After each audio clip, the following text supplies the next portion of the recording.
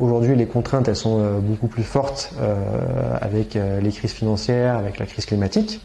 Mais je me dis, une entreprise ne peut pas baisser les bras et donc le changement de l'intérieur est possible. Et c'est ça que j'ai envie d'aider à faire. Je m'appelle Sylvain Thévan et dans la vie, je suis marketing manager chez Reckitt. Reckitt, c'est une entreprise qui fabrique et commercialise des produits d'entretien de la maison et des produits de santé. Je me disais, si tu veux avoir un impact, il faut forcément changer de job, il faut forcément faire l'entrepreneuriat, un truc un peu genre je casse tout et je recommence. Sans réfléchir à trop qu'est-ce que ça veut dire faire de l'entrepreneuriat, quels sont les risques, quels sont les avantages. Voilà, j'étais un peu parti dans la grande expo en me disant de toute façon la grande expo va me dire que je dois faire de l'entrepreneuriat. Ce qui était complètement faux puisque du coup au final pendant le week-end je me suis rendu compte de voilà, quelles étaient mes forces, quels étaient mes talents uniques, qu'est-ce qui me donnait de l'envie, qu'est-ce qui me passionnait, quels étaient les gens qui me donnaient de l'énergie.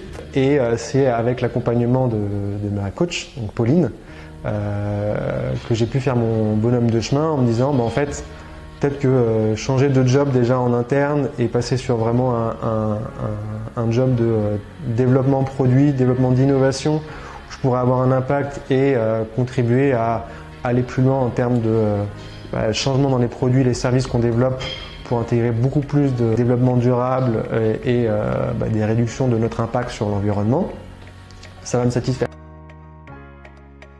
J'en suis venu à me dire en fait je vais faire la Reckitt Climate Academy.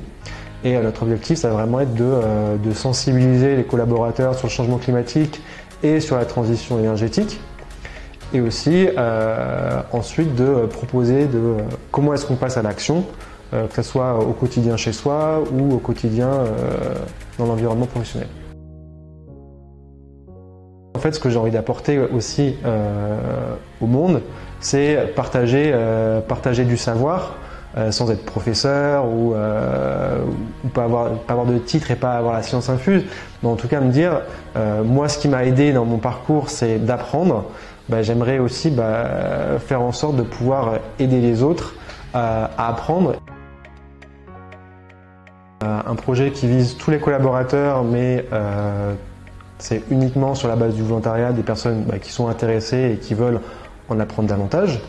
Donc j'ai proposé de faire la fresque du climat à toutes les personnes qui voulaient. Les personnes se sont inscrites, elles venaient et clairement ça a été un succès puisque on a beaucoup de collaborateurs qui ont déjà été formés à la fresque et au bilan carbone. Ça continue à la rentrée. Donc ça c'est la partie un peu plus sensibilisation.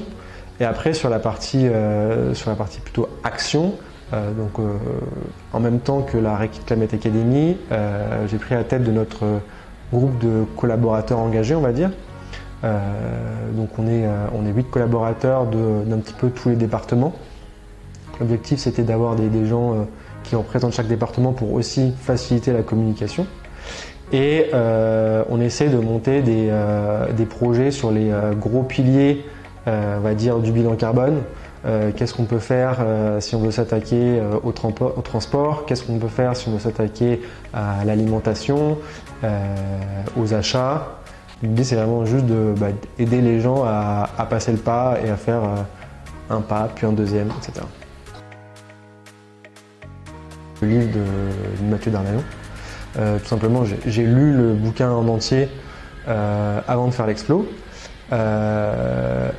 Et quand je lisais le bouquin, je me disais clairement, c'est un bon outil, mais il y a toujours une petite flemme au fond de soi-même qui me dit je le ferai plus tard, l'exercice, peut-être que c'est un peu trop compliqué pour maintenant. Et je sais que je ne suis pas le meilleur tout seul à faire l'exercice. Et puis je savais qu'il y avait le CPF derrière que je pouvais utiliser pour le faire. Donc en fait dans l'espace de quelques mois, j'ai pris la décision de le faire. À la fin de 2 jours de week-end tous ensemble, on avait tous réussi à présenter un projet plus ou moins abouti, sans forcément avoir les lignes exactes, mais en tout cas être capable de pitcher une idée et ça c'était fort. Ça a été pour moi riche, fun et révélateur.